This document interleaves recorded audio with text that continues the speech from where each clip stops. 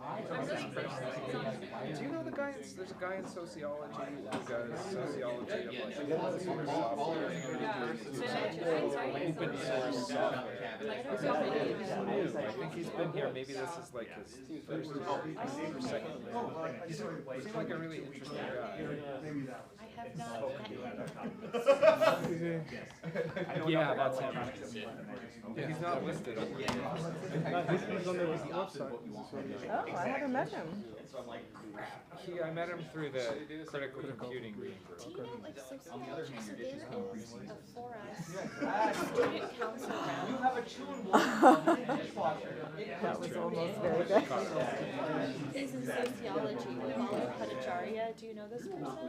No. She's at this Foust student council rep in sociology, but I've never been here in Virginia Tech. So I was like, ooh. Maybe this guy. Maybe he works with this guy. Apparently, this person identifies with STS enough to be part of the 4X. And not just for Like leadership. yeah. Like, presenter. Show up. Yeah. Well, I think there needs to be another scanning and redoing probably every couple of years. It's just people show up. Yeah. We gotta play rope. I'll send her an email and be like, hey, do you want to come to our events or? Well, and this guy said, oh no, somebody else.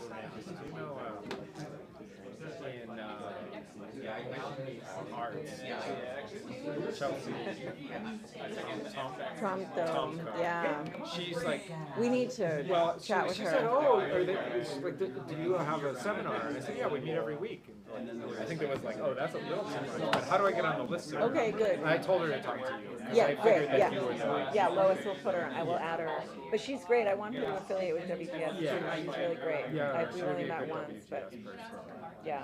And I I was think wondering if we should have a seminar listserv rather than just the general listserv. we do. Yeah, that was the a one thing. The one that the weekly ad goes to. That's a separate. That's its own. That's good because I told Yeah, because like Jesse is on that list and asked to get added to Because I it. had told her, like, you don't really want to be on Oh our fire hose. no. Do you need to say anything? Oh, we're just going to introduce you, and I'm going to So tell you're gonna people talk that first, we're and then- seeing- Yeah, just briefly, yeah. I think we're ready to go. Can folks hear me? Yes, you can. Okay, I'm going to bring us together.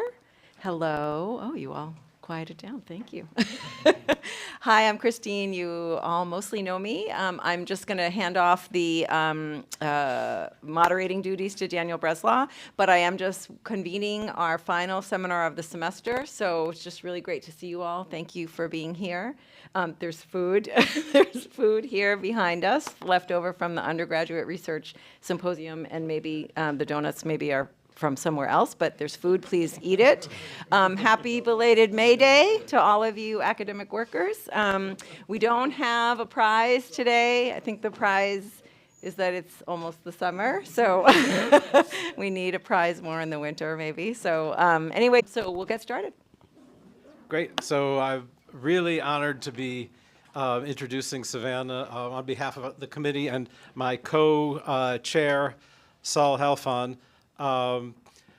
There's a lot I could say about Savannah, so I'll try not to take up the entire time that we have here. Before joining us, Savannah studied anthropology, first as an undergraduate at the University of Florida, then for a master's at University College London.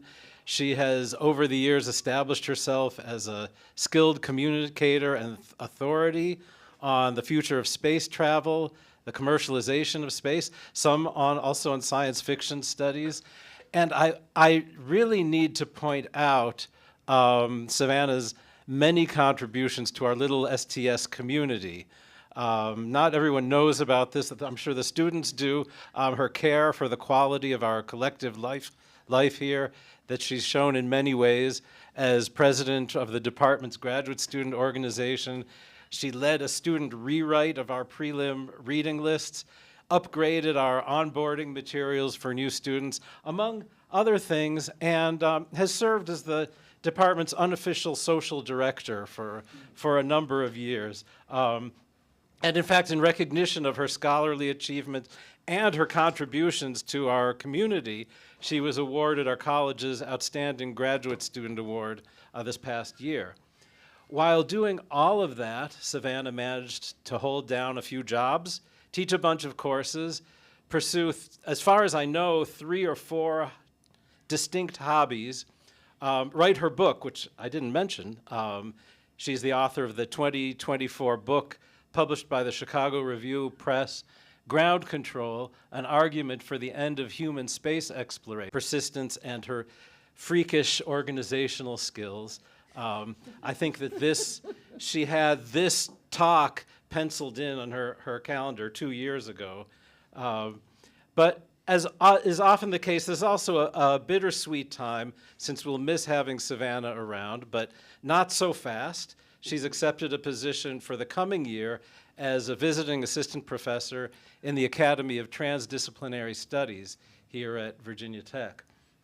On Wednesday, this past Wednesday, Savannah successfully defended her dissertation, which you're about to hear about. I don't want to give you too many spoilers, but it examines the fascinating topic of asteroid mining. I mean, as soon as you hear this topic, anyone in STS will think, boy, if you asked for like the best mashup of STS problems and concerns, just think asteroid mining, which was also a challenge of the study. It really has a bit of everything in it. But the core of her dissertation turned out to be a narrative from an insider's perspective that follows the leading figures in the rise and fall of asteroid mining, those leading figures whom she tracked down, won their trust, which really was not easy, and gathered amazingly revealing material about the project of turning these rocky, icy celestial objects into a domain for resource extraction. But, so again, I don't want to reveal too much, and let me just turn it over to Savannah.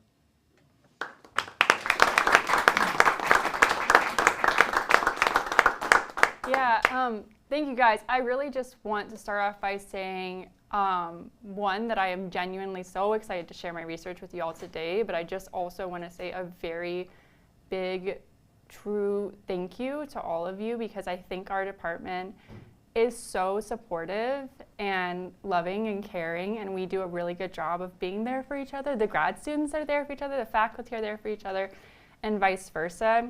You know, I could not have done this without any of you. For example, like Alice Fox, the semester I wrote my book, she took over for me as GSO president without question and stood in for me and was there for me. You know, Oliver does just as much hard work as a social representative and bringing us all together. And anytime I sent an email saying, subject line, help, please, help, help, help, need advice, help, you know, to any faculty member, I received an immediate response, and I know it's not that way in other departments. So I just really, truly thank you all. But yeah, I am really excited to share this research with you all. I think it's a lot of fun. Okay, so the title of my dissertation is The Asteroid Miners, Space Mining, and Resource Making in the Commercial Space Era. What really launched this research for me was encountering 2 very similar mass media articles that discussed the burst of the asteroid mining bubble. Their announcements were similarly critical, if not sympathetic. Space mining, they said, was simply a goal which had been too long-term and too far-fetched. Space mining startups, which had emerged in the early 2010s, required long-term funding, focused technological development, and substantial, persistent financial backing, none of which they received. As a result, the asteroid mining bubble had burst. But the existence of these articles in the first place prompted many questions for me. Had there truly been an asteroid mining bubble? Was there a market for space mining? What had led scientists, government officials, and celebrities to believe that space mining was a financially viable industry? Companies like Astroforge have only just emerged in the past 2 years. So if asteroid mining bubble had previously burst, why would these new startups think that they could succeed where others had failed? Had they failed? In the wake of the fall of the asteroid miners, what had been left behind? I also had other questions about how space objects had begun to be viewed as resources. When had they started to become commercialized? How had they been made resources? How did space mining and the commercialization of space objects contribute to a larger colonial project? Also, interestingly enough, the year these articles released was the same year I was interning at the Commercial Spaceflight Federation in Washington, D.C. This was 2019. It marked the first time I met asteroid miners. They did not seem to think that the asteroid mining bubble had burst. So what was going on? Before I dive into what happened, and also I'm going to share what was generated through the failure of the quote-unquote failure of the space mining industry, I want to kind of talk about my methods and also the literature review that this contributes to and stems from.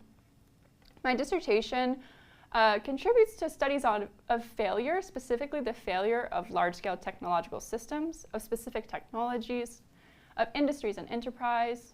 It also contributes to the social studies of outer space, such as anthropological and ethnographic research that explores cultures of outer space. It uses STS studies on socio-technical systems as a method, and it also utilizes literature on resource making and the colonialism of resources. These are some images from my previous research at Spaceport America. It's important to kind of think about how this research emerged from a body of research on space ethics that I began during my master's degree at UCL, which very much affected my methods and my general approach to my dissertation. Most of you know that I have been researching space ethics for several years now, and that I conducted an ethnography of Spaceport America in 2018. This led to a publication of a book for the general public called Ground Control: An Argument for the End of Human Space Exploration. Before I continue, this is the city that was closest to Spaceport America. It was a very small town with a population of like 2,000 to 3,000 people. Just don't often show photos from my research. This is Spaceport America from above, in the middle of the desert. So I had written this book, Ground Control: An Argument for the End of Human Space Exploration. And writing an undeniably controversial book on space ethics and politics deeply affected my relationship with my participants for my current dissertation project. What were my methods and how were they impacted by this context?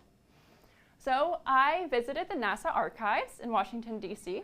I also used virtual archives such as the Internet Archive, the Wayback Machine, and the materials on the virtual databases of the National Archives and the NASA archives.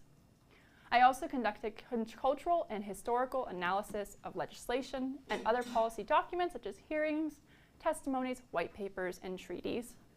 And I conducted interviews with 15 participants involved with space mining. These were the former employees and owners of space mining companies, minerals engineers and terrestrial miners, space agencies employees, and scientists. When I first reached out via email, as many of us do, to conduct interviews, I received a lot of negative responses because my name was recognizable or because people knew me or were Googling me, right? And at first I thought, well, this is not gonna be possible to do interviews. At one point, actually, a group of individuals that I was hoping to interview had a meeting on whether or not they should be talking to me. And they decided that one person would be a representative and they would talk to me. And I was really worried and nervous, but over time, I did end up talking to people, and then they helped me make contacts with more participants, and I ended up having a big pool of participants. And then I still now am having folks reach out to me on especially social media like LinkedIn and Instagram, asking to be involved in the project because I'm being very open that the project is ongoing. So today I'm going to share with you a brief version of the asteroid miner's story as they told it to me, and I'm going to discuss with you what the failure of space mining generated. In part, my research works to form a timeline, which helps to identify when and why interest in space mining began, from the Apollo era to the rise of the commercial space era. What is space mining, and when did space mining first appear in the public imagination? The discovery of the asteroid Ceres, now a dwarf planet, in 1801 by Italian astronomer Giuseppe Piazza, was the first asteroid discovered, and this was actually not that long ago, if we think about it. And this was also occurring in a time period where we have industrial mining booms occurring. So the Klondike Gold Rush, the California Gold Rush, coal mining. And by 1890, you start to see asteroid mining appearing in science fiction. This image is actually very cool because I went on LinkedIn and I asked my followers on LinkedIn to give me a list of every science fiction or nonfiction book they could come up with that mentioned space mining, and this is some of just what they came up with, and I made a little collage. But some of the earliest literature is like The Crack of Doom, Prospectors in Space. And even at this point in time, in the 1890s, the turn of the century, we still really didn't even understand what asteroids were or what their purpose was. But we were seeing literature that had space pirates trying to mine and sell gold in the stars, and these commercialization and commodification of space objects.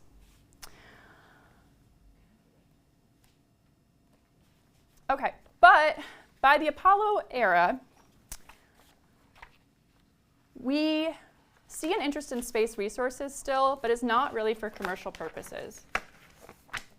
Throughout the Apollo era, interest in space mining and space resources was about sustaining a lunar colony. They didn't want to mine space resources to sell them. They wanted to mine space resources to get oxygen, to get helium, to have resources that would sustain a lunar base.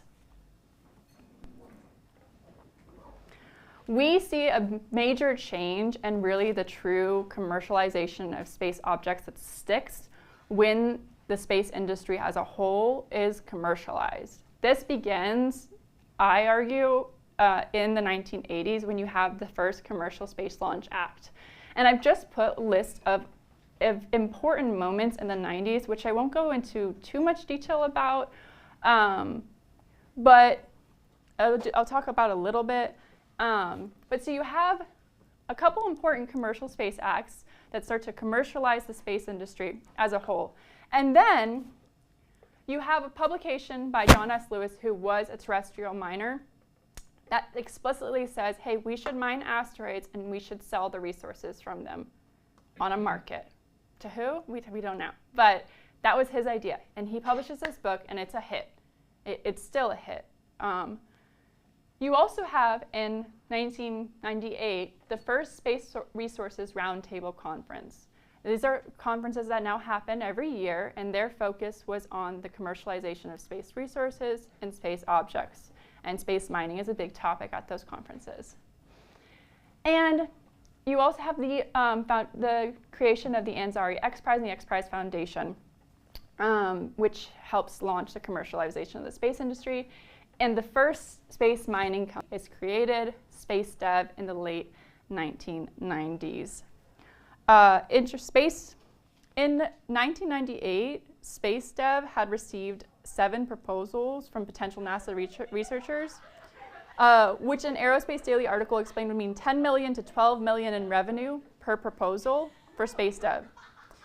Another 1999 news article announced that Space Dev had already sold its first payload ride to a customer.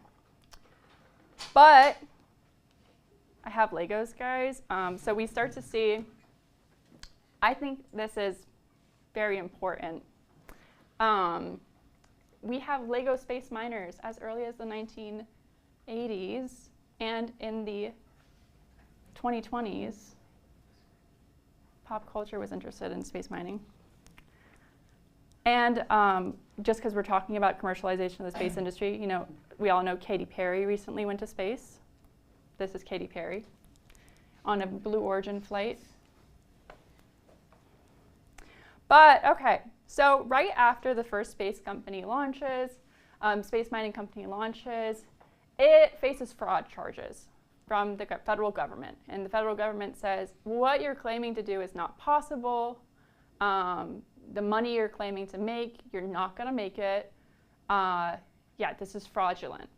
And Space Dev pushes back with a very sassy letter, which you can read in the archives, which is fun, saying like, well, you know, screw you guys, we just want to create our new business. But so this is interesting because just less than 10 years later, we have space mining companies that launch themselves doing the exact same thing Space Dev tried to do, but 10 years later, those companies are not charged with fraud. Those companies are heralded.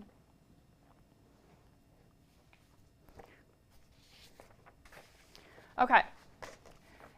In 2003, space tourism is legalized, and by 2012, a group of space mining companies emerged rather successfully. In 2015, space mining is legalized, eventually across 4 countries. And simultaneously, the Hayabusa missions, which landed and returned a spacecraft from an asteroid, had been very successful. What had led to the success of the asteroid miners? I have a list here of many of the involved actors. The list goes on. Maybe it doesn't. Okay, I didn't include everyone. This is the list of many of the involved actors. Sorry, I thought I put the whole list, and I didn't. In the early 2010s, I remember because I put a timeline at the end, but many of the involved actors in the early 2010s. So these are some of the people who came out not even like 10 years after Space Dev with some of the exact same goals as Space Dev and did not get charged with fraud. And I asked my participants, I was like, why do you think, this was one of my very first questions I was interested in, why do you think asteroid mining was successful? Why did it get so much investment, so much interest at the time it did, which was 2010 to 2015, which is when a lot of investments were pouring in, a lot of asteroid mining of space was peaking at that time. Because in 2003, you have space tourism legalized, because reusable rockets were becoming popularized. It was cheaper to go to space. It was faster to go to space. It was becoming feasible in the mind's eye to go and return to space for a low cost. And it was becoming feasible in the mind's eye that the common man could do it, and that it was a business that one could profit off of and not just do for scientific purposes. And so something that was charged with fraud in 1998 could suddenly be done in 2010, 2012, 2015 with success and make sense. I have kind of some of the headlines to kind of show the sentiment of the time period.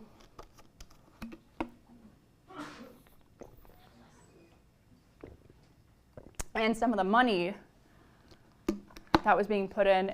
I kind of estimated that at least $500 million was put into space mining from like 1990 on. I mean, money was put into space mining during the Apollo era, but it's really not, I can't really calculate how much that was. And these are images that were taken on the surface of the asteroid Hayabusa during the Hayabusa missions, which were occurring in that same time period. So we have gone to asteroids and returned from them with samples. You know, it is in a way feasible to mine an asteroid, but at a very, very small scale. Not the scale to sell things commercially. But it seemed like this was a possible thing to do. We went to an asteroid. We took photos on it. It's very cool. Technically, a little rover hopped on it. It's a hopping rover.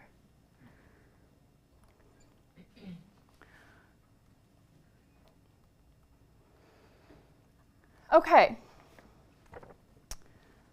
So, by 2019, the asteroid mining bubble had burst, about 8 years after many of those companies had emerged. Planetary Resources and DeepSpace Industries, 2 of the largest space mining companies, would both be acquired by other companies, and Moon Express, another major space mining company, reframed its interest as it became involved in NASA's Commercial Lunar Payload Services program. Many smaller companies involved with space mining were similarly acquired. One participant admitted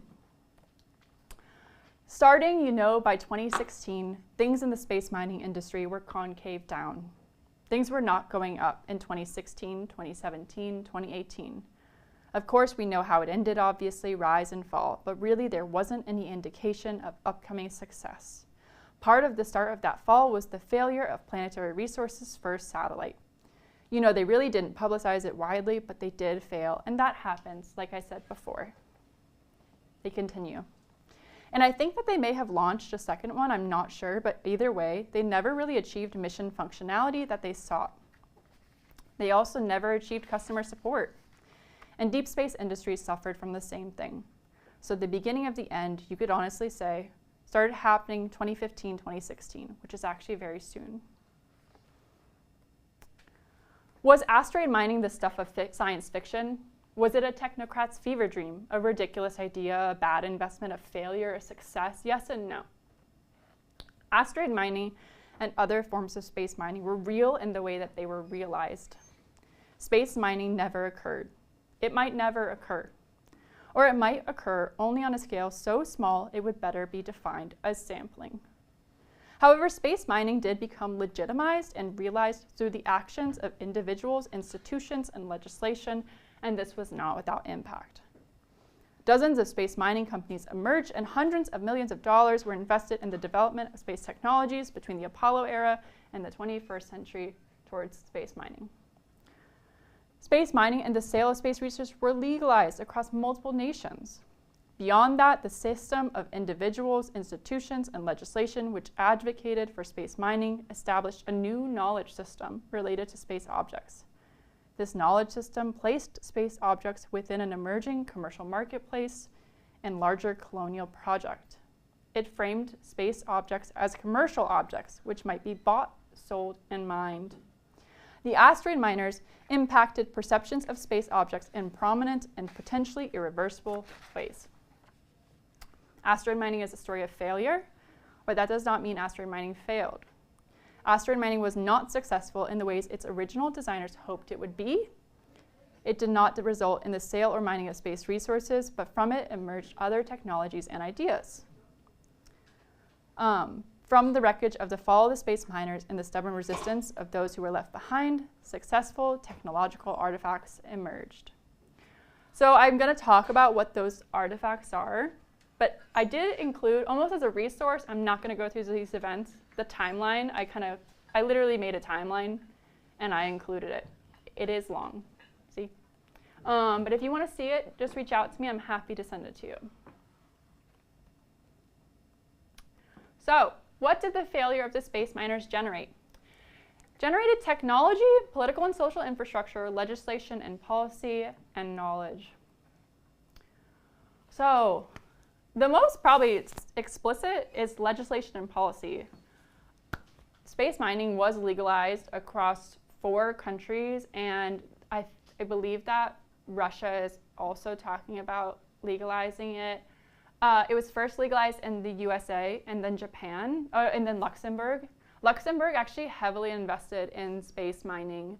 They partnered with the 2 major space mining companies, financially and socially, as in they had offices for both those space mining companies in Luxembourg.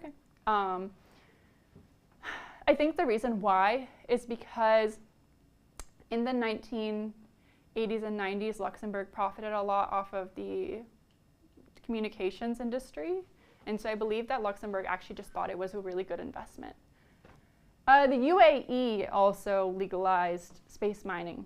I don't know why, the UAE. I have not been able to find a lot of information on that, and I have not yet reached out to anyone at the UAE's space policy offices. Commercial space companies have also been given increased rights and permissions as a result of space mining. For example, I didn't put this one up here, but it's kind of a fun one. Water-based propulsion is a big technology that's come as a result of space mining. And when water-based propulsion was first invented, the government was nervous about it because if you can control a satellite in space, it essentially becomes a missile that you can operate from Earth, right? You can just Like that's what they're trying to create, is a satellite that you can move using water-based propulsion in space. And now the government has approved this, but in the beginning there was a lot of nervousness about this technology, so, which was invented because of space mining. So technology, water-based propellant, came about as a result of space mining. There's also this big telescope, the Sutter telescope, was invented as a result of space mining in relation to this thing called optical mining. So one way of mining an asteroid, an idea that this company has, is that you shoot like a really hot laser at an asteroid and you're melting like the water using the laser. And that mining, that technology had already existed. Optical mining had existed on Earth. But the asteroid mining company TransAstro started testing and experimenting with that technology to use it for asteroid mining and to adapt that technology for asteroid mining. And then out of that experimentation came a really good telescope, the Sutter telescope, and then the military has now contracted to use that telescope as a telescope. Also, there's been a lot of contributions to the CubeSat and smallsat industry, which was already a very successful industry. And for example, DeepSpace Industries said that when they first started building space mining technologies, they had a feeling that, you know, that may or may not be successful. So they built their space mining technologies to also be applicable to CubeSat, smallsat technologies, which were already successful. So they knew if space mining failed, they could go forth and use their technologies in the CubeSat world, and they do. They built the Comet thruster, which is used for CubeSats still to this day.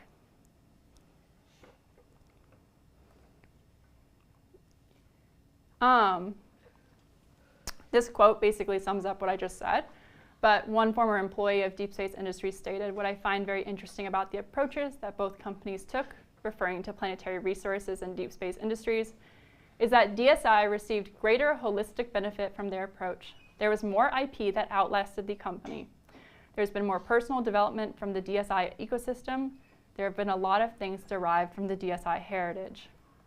I think that the echoes of DSI are still around in some ways. The Comet thruster, for example, is still flying. There's over 10 of them that have been flown, which as one of its original architects myself, it makes me very happy because that was one of the things which thrust, no pun intended, the asteroid mining industry forward, was enabling the use of water as a propellant. Wherever humans are, there will be water." So the third thing that came out of failure was political and social infrastructure. Not only were there social networks that were forming and communities that were forming, such as like international collaborations, but university programs began offering courses in space mining. Like I just said, there were international partnerships. For example, Hayabusa, the Japanese space industry created the Hayabusa program. America and NASA created OSIRIS-REx, which was a very similar program to go out and study an asteroid, and Hayabusa and OSIRIS-REx partnered. There was also financial investments made into space mining by politicians from film, sports, tech industries, and more. Oh no. Hang on. And there was support for colonial interests through space mining. So space mining contributed to already existent space colonialism, because if you're trying to build a space settlement, what do you need to sustain a space settlement? A lot of things, but you need resources that you can get in space. You need fuel. And if your fuel can be water, then you can mine that water.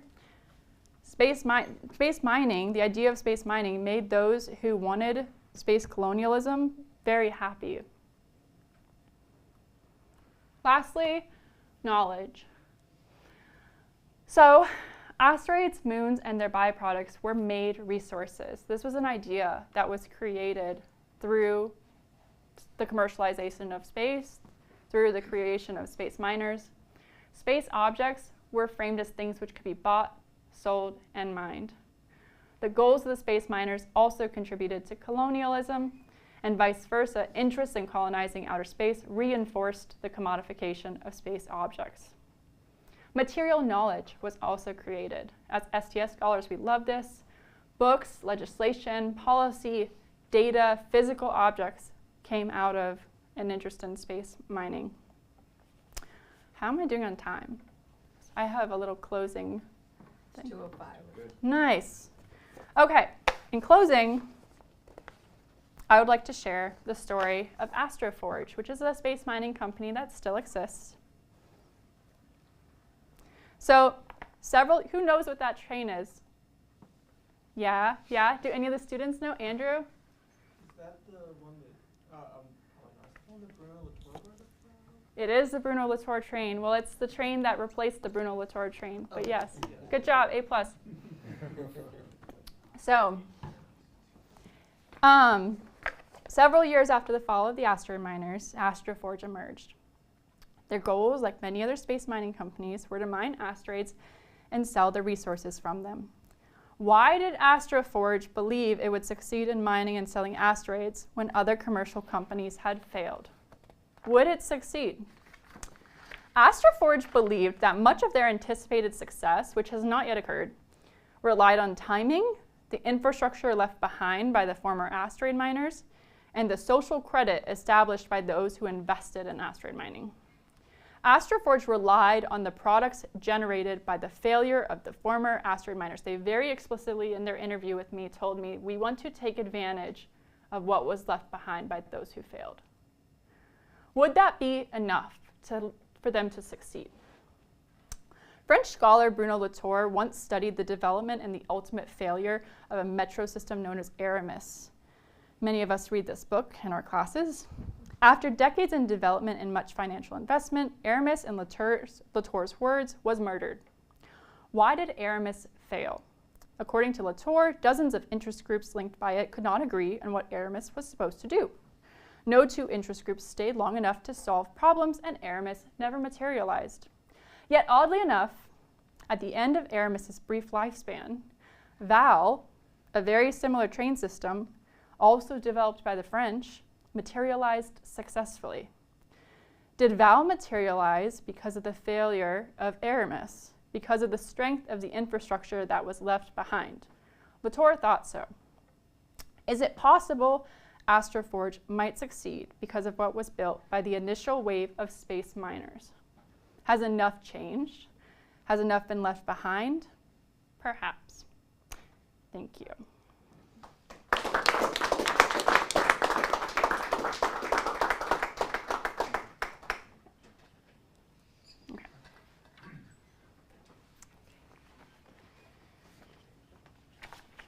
Okay. Can you hear me? Yeah. Yeah? Yeah, thank you. It was really interesting presentation. So I have two questions, one contextual and one about methodology.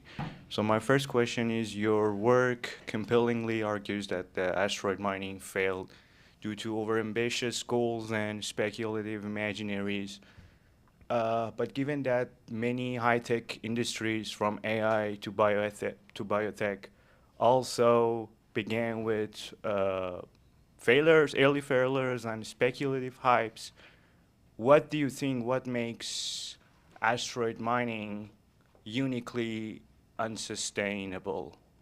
And also, could one argue that you're applying a different evaluative standards to space rather compared to other frontier technologies? Honestly, I think we have to ask, because I do think of this compared to other high-risk technological industries like electric cars or, like you said, AI. I think we have to ask what we want from asteroid mining, because if you ask a scientist what they want from asteroid mining, they're going to be like, oh, I would like a sample to analyze. And a scientist probably can get a sample really soon, actually. If we have another successful Hayabusa mission, actually we have had samples, right? So technically we've kind of mined an asteroid.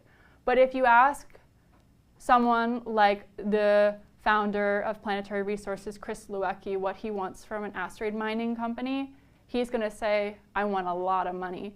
And to get that, to achieve that, you need to be mining at a very large scale and have an infrastructure that the kind of infrastructure you see in like the Expanse, where you have like an orbital station around an asteroid or the moon. And so it's not like it's not possible to have that. It's just to have that right now, we just won't have that for a long time. So like right now, could we mine an asteroid? Yes. Could we mine an asteroid for a profit that we could bring back to Earth? No. Could we mine an asteroid for resources to sustain a lunar base? Maybe, but it still would require a lot of infrastructure we don't have, technology we don't have. They don't have the technology. The technology does not exist to mine at scale either. We don't know how to mine an asteroid or the moon at scale yet. So it truly is feasibility. And if you ask the asteroid miners why it failed, they all have different reasons. Like some will say, we needed one more year, we needed another $100 million.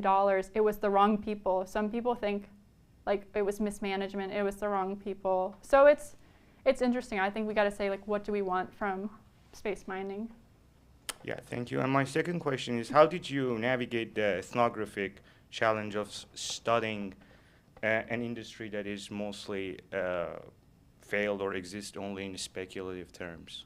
Oh, you know what was, okay, so in the beginning, I had a lot of trouble actually figuring out like who worked for the companies, because some of them don't have websites active anymore.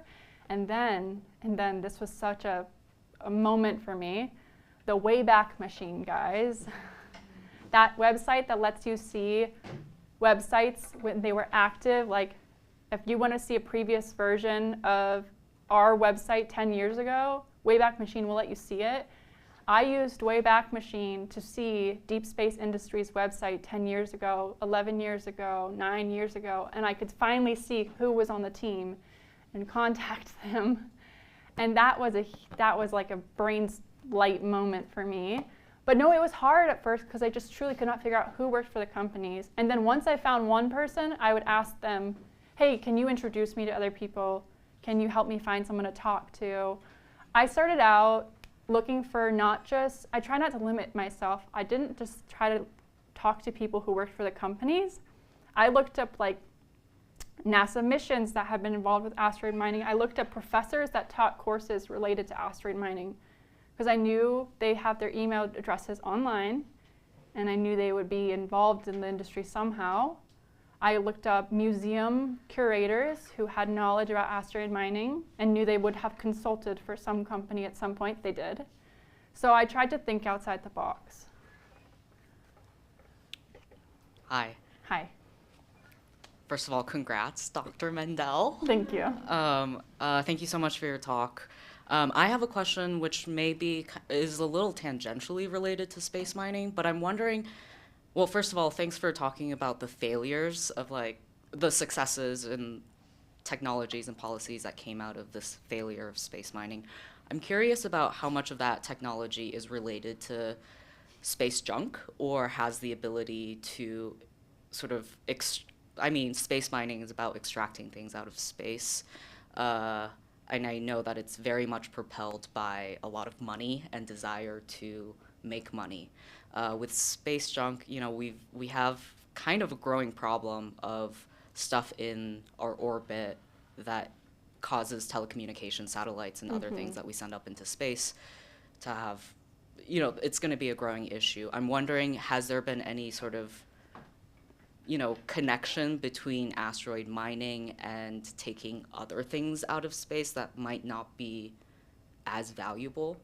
Yeah, so there's actually one direct link is TransAstra, one of their goals. So TransAstra works with a company called Momentus, and Momentus, they call themselves like the tugboat service for satellites, and their goal is to move objects that are in orbit using water-based propellant, and for multiple reasons, like if something has been knocked out of orbit or needs to be put in a different orbit.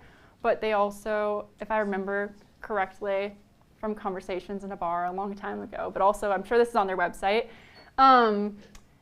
they want to help with space debris by doing that, is because they just can push stuff in space by moving their little guys.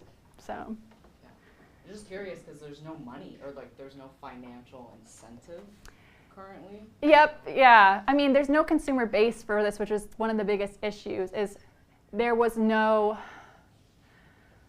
people who were ready to buy the resources that space miners wanted to provide in space.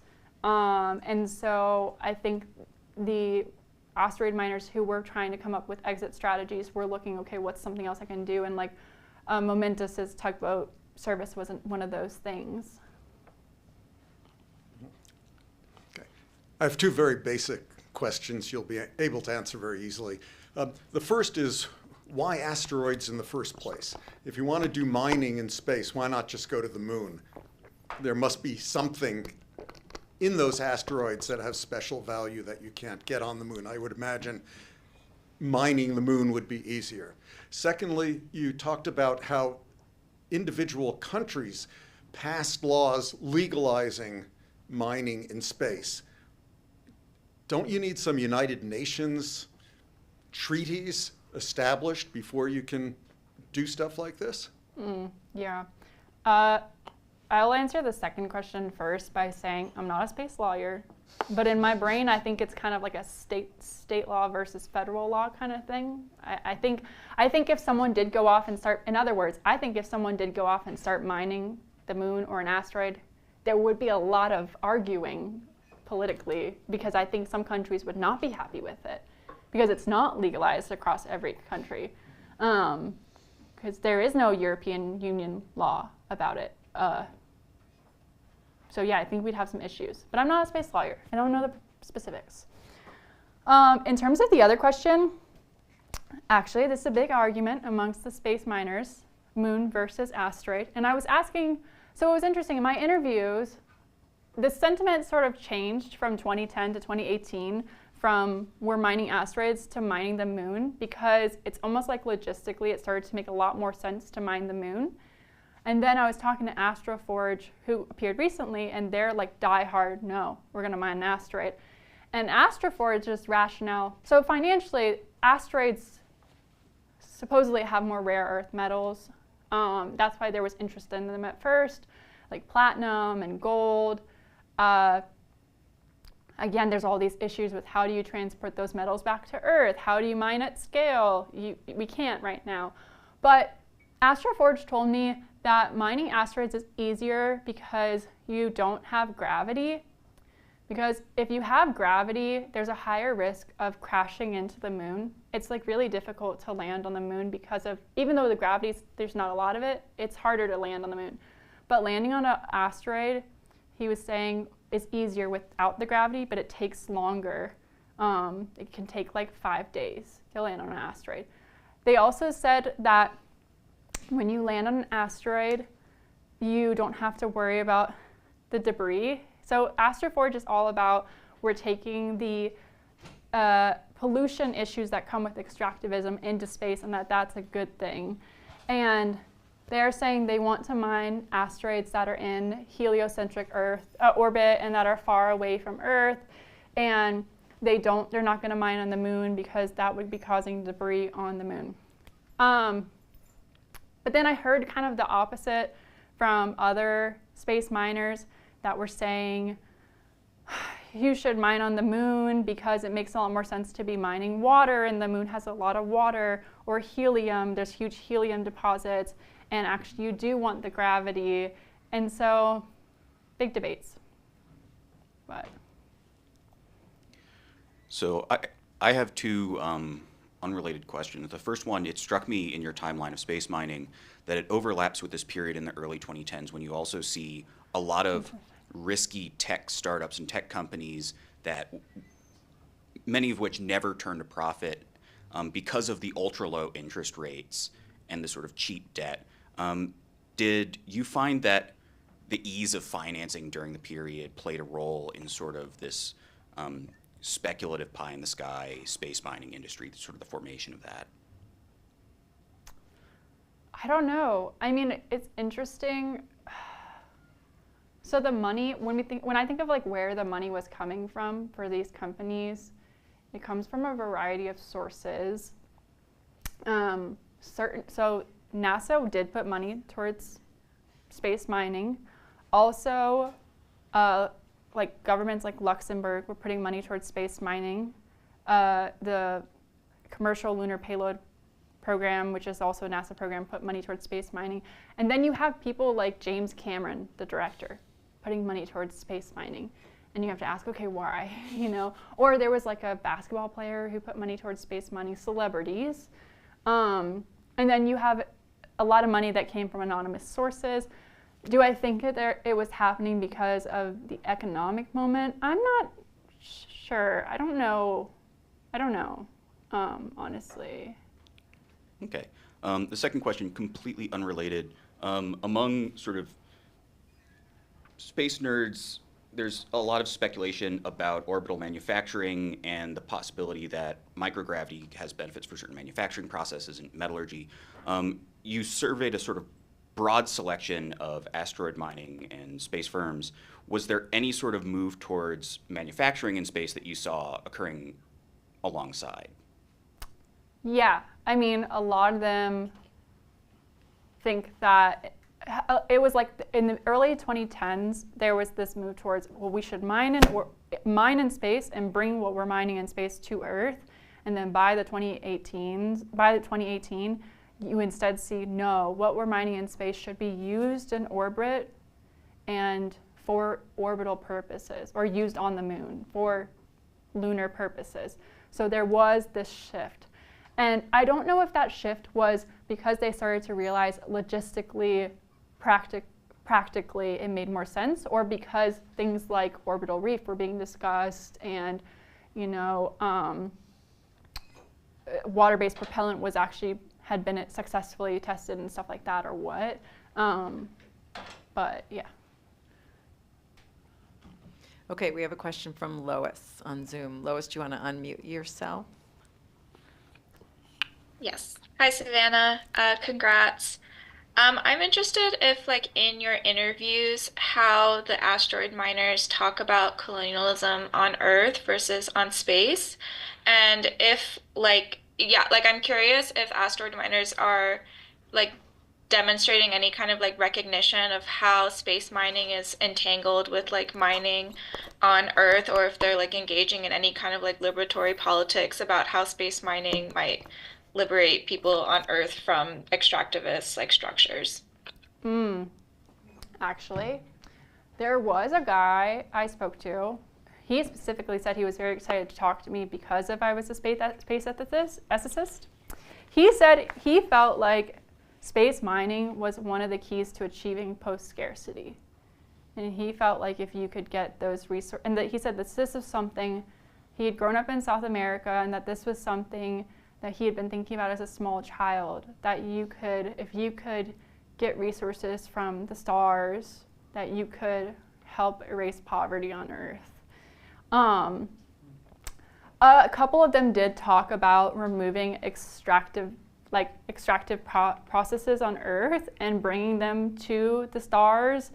And honestly, in my interviews, I didn't try to contradict them or like bring up, isn't that bad, you know, like, because in my brain, I think that sounds horrible. We should not be bringing mining to space.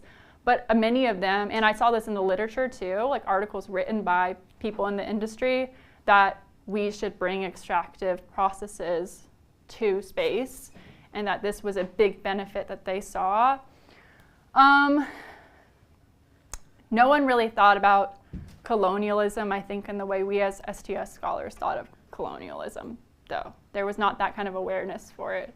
But there was this awareness that these resources would benefit humanity as a whole. That was a big thing on their minds. Well, one of the benefits of being on the committee is every time it gets more refined, there are more questions. And since I'm running out of turns, I'm going to ask some more.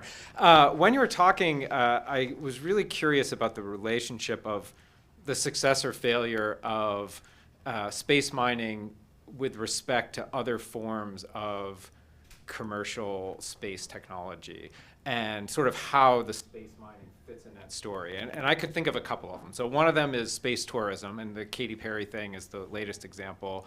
And it seems like space tourism was one of the original industries from the early 1990s. And I guess I would wonder if you would consider that a success, or a failure or some kind of in-between thing vis-a-vis space mining.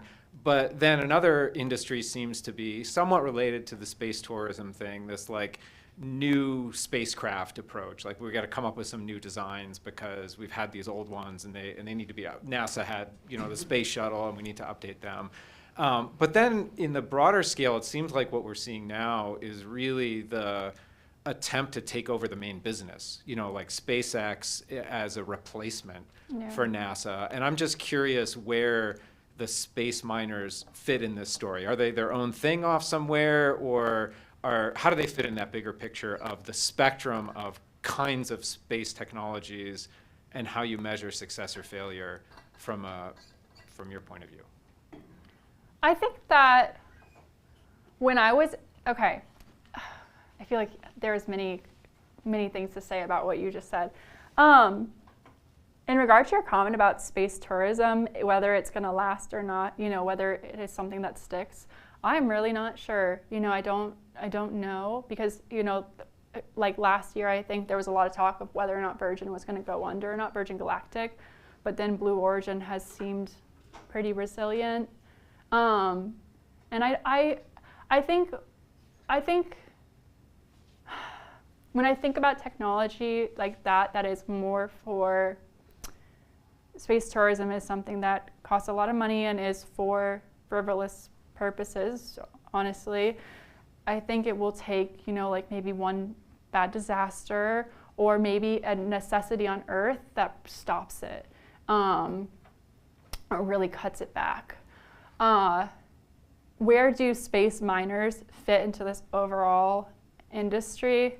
It's curious. When I was in DC and I was like in the thick of the industry, and you would have these big get-togethers or happy hours, or the whole space industry would go to the Nats baseball game, right?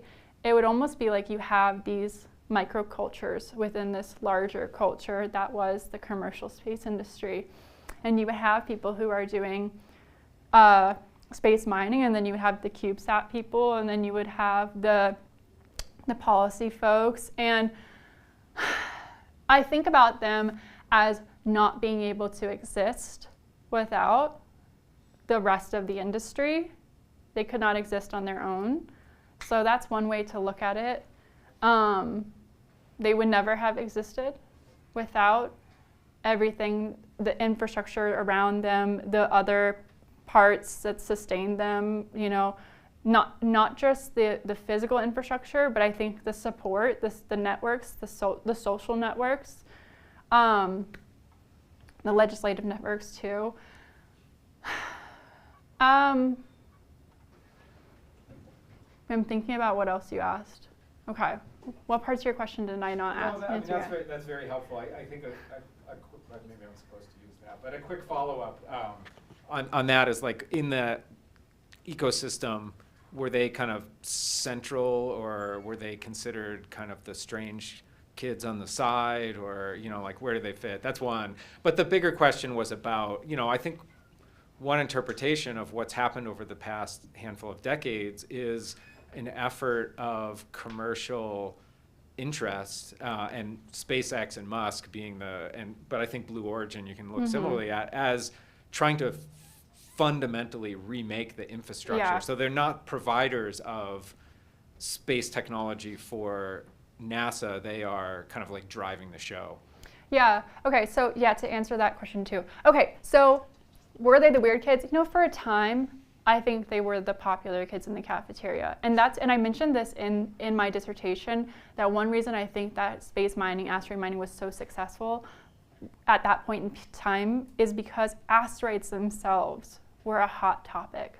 The Psyche mission was going on as well. And Trump had just released this, I can't remember what it was, but it also was talking about asteroids. And it's just like asteroids were the topic in space. And so anyone who was doing work with asteroids mattered a little bit more at the time period. And then the topic, just like when you have the Moon to Mars mission, Well, it's like for a while there, when I first was in the industry, the space industry, it was all Mars, Mars, Mars, Mars, Mars, and then the administration changed while I was there, and it was all moon, moon, moon, moon, moon. We gotta go back to the moon, almost this Orwellian switch. And it happens like that, I think. And so also there was this moment of asteroids, asteroids, asteroids. And I think that's the time when they were front and center and then became a little bit more fringy. This relationship between public and private today, I think what we can ask ourselves is, if tomorrow Musk, Bezos, Blue Origin, Virgin, SpaceX disappeared, would the space industry survive? And I think it would, but it would take some time and recovery because, you know, SpaceX is taking us to space right now. But I also think you could ask yourself, okay, the reverse, if NASA, ESA disappeared tomorrow, would Musk, would Bezos, would Virgin Galactic survive? And I don't know if that answer is the same because private space companies get a lot of money from the federal government and a lot of technology. And so it's interesting, like I think they're feeding into each other much more than they ever have before in history. I think the federal government, the federal space agencies could survive without the private. I think the private would struggle to survive a lot more though.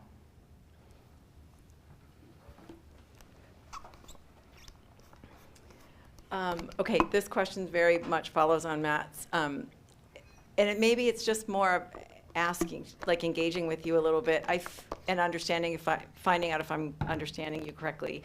It feels like space mining in this dissertation should be in quotation marks. Like it's not a real thing. Like no one has mined anything, right? Like I just want to make sure I'm understanding. And because it's amazing to me to think about this way. And you've shown us like it doesn't matter, and this isn't unique to space mining, right? It's still produced, like what it has generated is astonishing. But there is, like, maybe there's been some samples, there's some speculation that maybe there's some platinum and gold. One of the headlines that you showed us said something about, you know, industrial and precious metals, but we don't really know. So space mining is like a thing that makes tourism possible and that sort of has generated all of this economic speculation, and it's like a fantasy. Am I wrong about this? I mean, essentially, it's a fantasy that a lot of people invested money into and resulted in a lot of things. And, you know, if we think about it, the Hayabusa missions, which were not a fantasy, they were real, and I guess you could say they mined because they took samples, but they weren't space mining missions, right? So space mining has never happened. There was a lot of development put into space mining. The same way, like if we think about it, since we all know Aramis as a case study, right? Most of us here, Aramis never happened, but Aramis almost happened. And a lot of effort went into making Aramis happen, a lot of money, a prototype was invented. It was like the skeleton of Aramis was created, but no flesh was ever put on it. And so there's sort of this like Schrodinger's Aramis. Does it exist? I mean, we have a prototype that exists, the Schrodinger's Aramis, you know? It could drive on a track, I guess, if we really wanted, but it didn't actually ever exist. Yeah. Hi, congratulations again. And I'm sorry I couldn't attend your dissertation defense, but this was really great. This is sort of following up on Lois's question a bit, and I was wondering how this case helps us think about and theorize colonization a little bit more, because you know, you talked about sort of the actor categories of whether they thought they were doing colonization or not, or how they were thinking about extraction. You talked about colonization in terms of actually colonizing space. But I was wondering, you know, thinking about colonization as something that happens to life and people, you know, more than human you know, actors, actants. These asteroids are supposed to be, to use that metaphor, barren in some way, right? That's a very loaded term that's often used to justify all sorts of things. So I was wondering how that sort of lifelessness and where do you see the locus of violence in these kinds of spaces, and how they reflect back on, even equity issues on Earth. I imagine Yeah. not everyone will be able to have access to space, so I was thinking about colonization a little bit more, and I was wondering if you thought of that as I have so much to say about it because I wrote a lot about this in my dissertation. I just did not put it in the talk. Okay.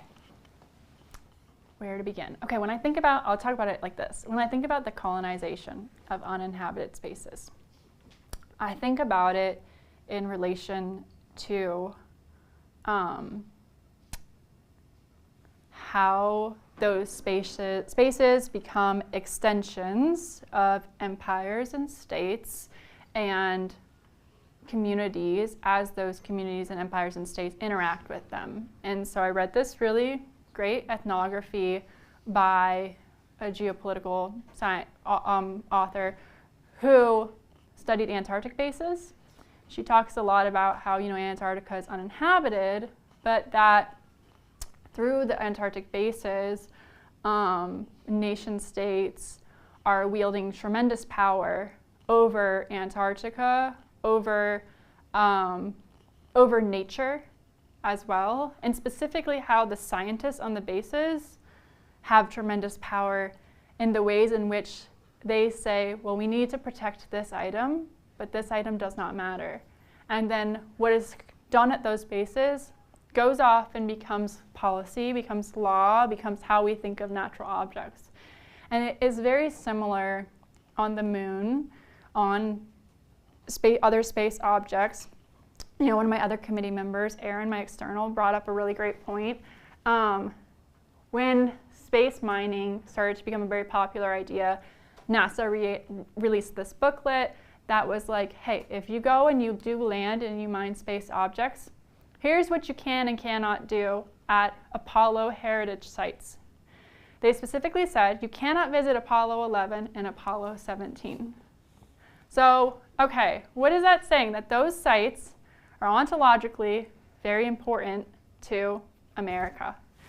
And we can't go to them. But they did say, this is kind of cute, they were like kind of funny. If you go to any other Apollo sites, can you please take photos of this for us? Can you do this research while you're there?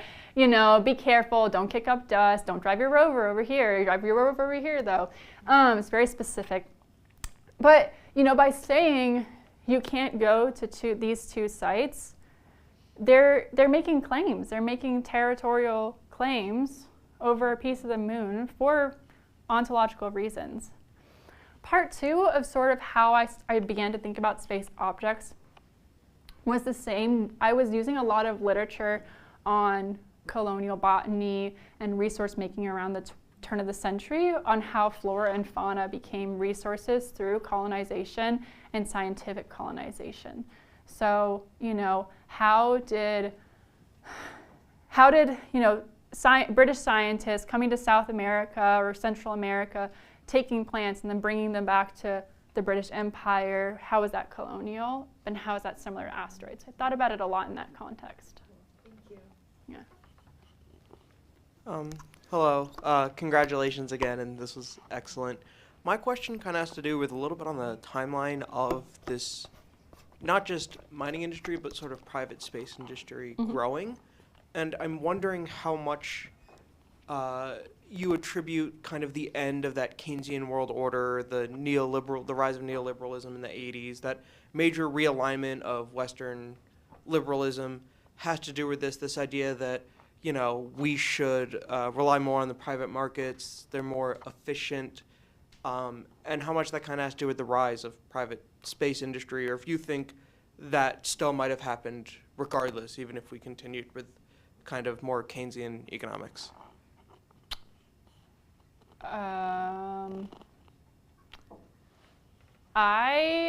Okay, the reason why I'm going to interpret your question by discussing why I kind of marked, why the timeline was what it was. Actually, I'm looking at the timeline right now. I think of the break as actually the kind of important moments in space history, not just as,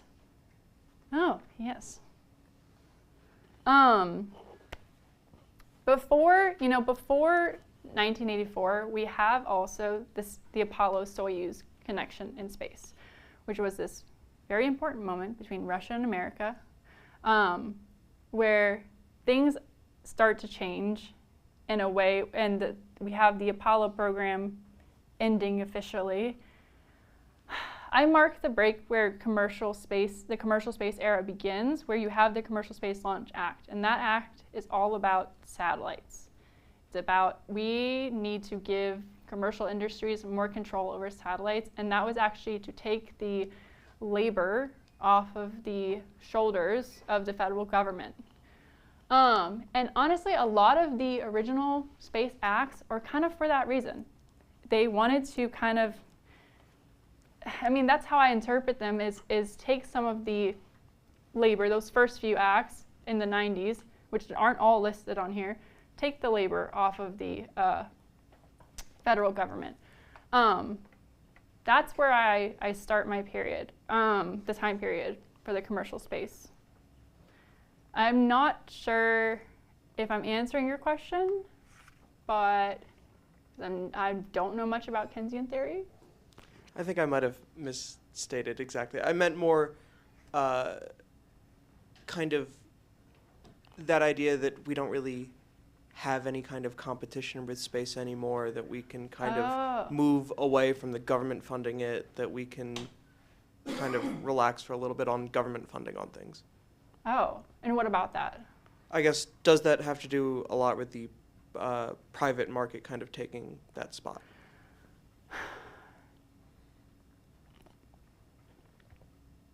Well, it's strange because, okay, so there's definitely like a different sort of competition, right? You know, in the Apollo era, you have this explicit Russia and America versus each other to go to space. And then from the 1980s on, it's less about that and it's more about, okay, we will be commercializing space. All these commercial space companies are launching into space together. But that doesn't mean that there's not international competition to go to space. In fact, you know, there's still immense international pressure from countries against each other. Like there's tons of competition between China, the US, Russia, when it comes to space. Now, where does space mining fit into all that? It's weird because there was a ton of actually international partnerships and relationships when it came to space mining between the Japanese Space Agency, between NASA, between Luxembourg. China was involved with space mining a little bit. They have the Jade Rabbit lunar rover. Other than that, I didn't see too much.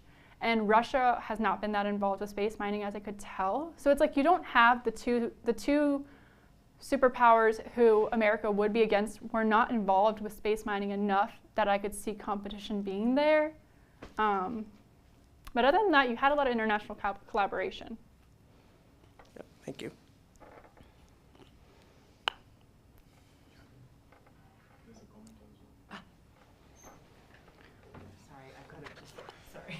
So this is a comment from Marco. He says, hi everyone, congratulations Dr. Savannah. Your work is very interesting. I really like how you explain the methods you used in your research. Thank you. Marco. Hi, big fan. So it seems like, you know, you're saying there was a lot of people that invested money into this industry, and it seems to me that a lot of this money is coming from these sort of wealthy enthusiast types, and maybe not funding that's coming in with this expectation that they're going to make money on their investment. So I guess my question is, was there anyone that really expected in their lifetime to see a return on investment, and are they, you know, now upset that they have lost their money? I mean, that's a really great question, because, you know, I don't think that the billionaires who invested in it or the celebrities really expected a return or cared. I wonder if the founders of the company who you know, I would love, I didn't really get to interview, well, I did interview some founders, but I didn't get to interview the founders of like the biggest companies in the 2010s, and I wish I had been able to, because I'd love to ask them that question. I'd love to know, like, did you worry if it was going to fail or not, and like, what did you anticipate that? Like, did James Cameron expect he would get his money back? I don't know. I don't think the federal government expected a major return. I think it was more of they were scientific grants in a lot of cases. And then some of them were anonymous, so we don't know. I think the government of Luxembourg thought that they were investing. And I guess a follow-up question is, do you think that the federal government was right in '98 when they charged that company with fraud? Like, it was this fraud when it happened in the 2010s? Like, was this legitimate, or was there never I mean, it was fraud because they were not going to deliver on their promises, which their promises was that they were going to deliver data from asteroids, and the near-Earth asteroid prospector, which was what they were designing. I don't believe it was ever built. So, and it's like if an asteroid mining company, I mean, yeah, which is really weird. It's weird. And I feel like that little case, so okay, sorry, this is a tangent. The founder of that company, Space Dev, Jim Benson, went on to become a very successful space entrepreneur. He developed the Dream Chaser. He was well loved in the industry, and he died of cancer, and people were very sad. But he also developed all these other companies that were also very successful. And I think everyone just like wiped Space Dev from their memory, forgets it happened. But I think about it and I'm like, how can 10 years later all these companies pop up and say they're going to do the exact same thing, sell data from asteroids to companies like NASA, get similar deals, and not get charged with fraud? I don't know. Very curious.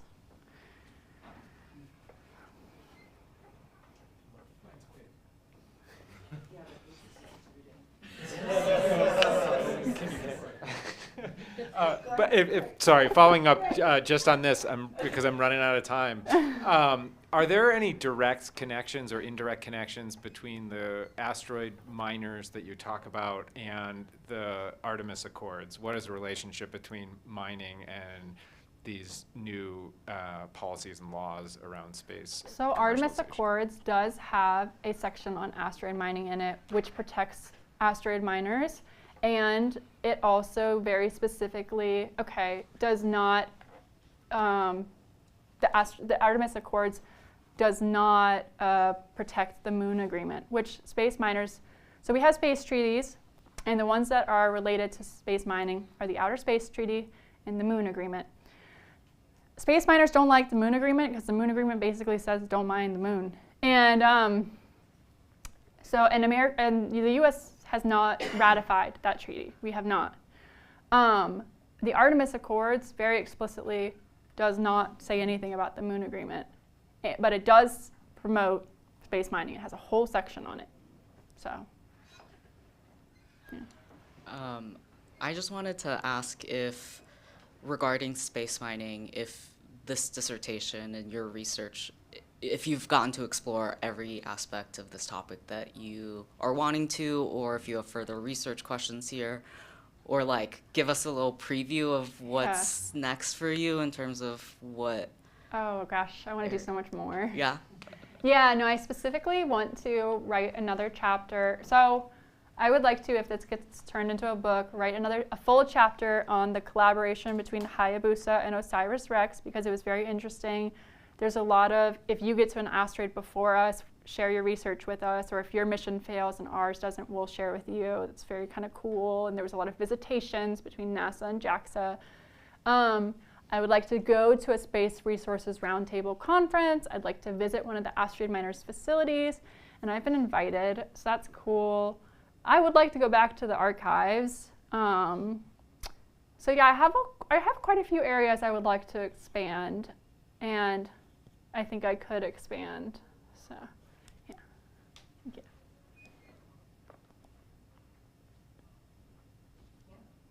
Yeah, I have another question about, I mean, it's just sort of I guess a testament to the richness of the material here. It's like there are always going to be aspects of this study that are going to be really interesting and could be taken further.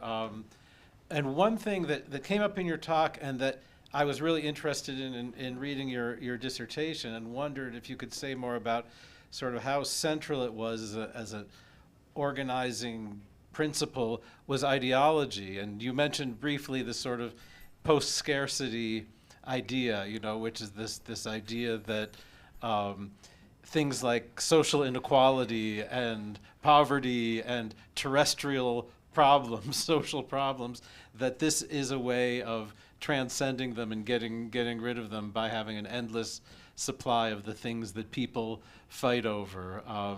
And how widespread was that, or ideologies like that, and to what extent was it kind of an organizing principle, or was, maybe in your opinion, was it genuine? Yeah, I mean, I think people genuinely believed that even after the industry failed. I'd say how widespread. So I made this list at the end of my research on like lessons I had learned, or kind of core beliefs of the people I talked to. And there were two things that the space miners seemed to agree on resoundingly. And this seems so ridiculous in hindsight, that space mining had to occur and that it was not going to occur. Like that, okay, most of them I talked to in my interview, which I talked to like 15 people, right guys? They were like, yeah, it's not gonna occur. It would take a really long time. We don't have the technology, we don't have the money. It's not gonna occur for maybe like 50 years, maybe 100.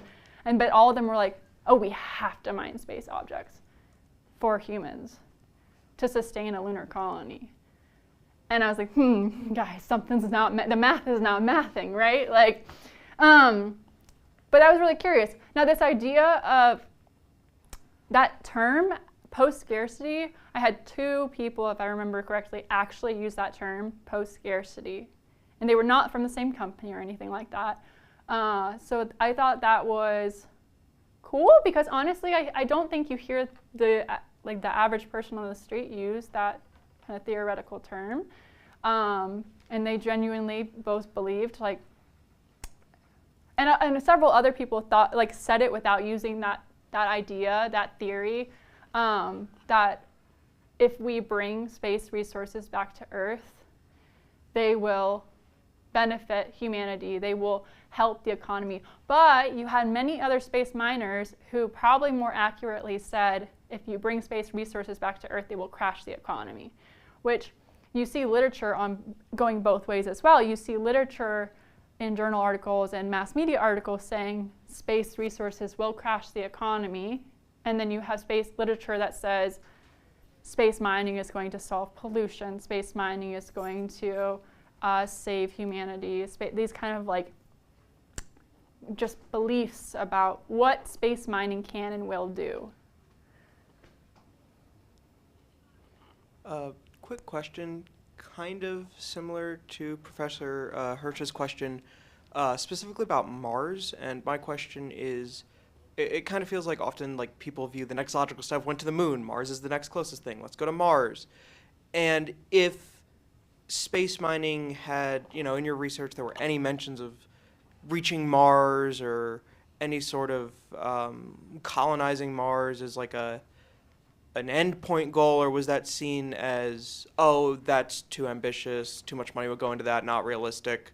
And if maybe the resources used for space mining kind of took away from hype or research around, reaching Mars? Honestly, Mars didn't come up as something that would be mined in the future. It didn't come up in conversation a lot. The only time, the conversation was almost always about the moon, mining the moon missions, or mining asteroids. But what did sometimes come up was these resources will allow space missions to go farther. Because if you can mine water in space, you have fuel that will allow your missions to go farther. But what was farther was never really discussed. We didn't really talk about Mars much, actually. Yeah. Thank you. This is, oh, great. And this will probably be our last one. Oh, thank you. Oh, thank you. I'm Mauricio Betancourt, by the way. You sort of talked about this a little bit, but I was wondering if you could expand on the relationship between the logic of extractivism and imperialism in outer space and Antarctica. And especially, well, because with Antarctica you have the Antarctic Treaty System that sort of protects nations from the clutches of all empires that once won their chunk, at least until 2048 when it expires. Does that exist at all for space, or has it ever existed? No, right? Or has there? Treaties, Yeah, or like and beyond treaties, any other similarities and differences between Antarctica and external space, and or attempts to do any treaties or protecting outer space somehow? Yeah. So I'll answer kind of the second part of the question first. So yeah, there are, in the Outer Space Treaty and the Moon Agreement, it's talked about what we can and cannot do with outer space. And the moon, so the Outer Space Treaty, if I can remember off the top of my head, is more about, you can't claim territory on the moon. The Moon Agreement specifically says, like, you cannot mine the moon. And you cannot, sell products from it, I believe. And that's why the USA didn't ratify it, even in the 1960s. So we do have treaties that talk about our behavior in space. And like the Outer Space Treaties also talk, there's the Outer Space Treaty, there's the Rescue Agreement, which is all about rescuing astronauts if they land in other territory. Like if an American astronaut lands in Russia, what should and should not be done. There's, in those treaties you can't nuke the moon, things like that. Even though that picture I showed you guys from the Apollo archives I found in the archives a whole letter about ideas to nuke the moon, to mine it. In terms of the relationships between like Antarctica and outer space, there's a lot of literature on that. I mean, Antarctic bases have been used as analog sites to understand how, like, isolated, what it's like to live in isolated spaces. In terms of, and the treaties have been used also as a way of helping us interpret how to engage with uninhabited spaces too. In terms of extractivism, I don't know what literature exists on Antarctica and extractivism. I didn't actually look in that direction, but.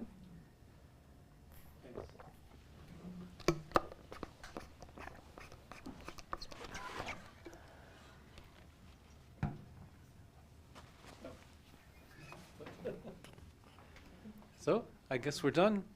Thank you. Thanks so much, Savannah, and congratulations again.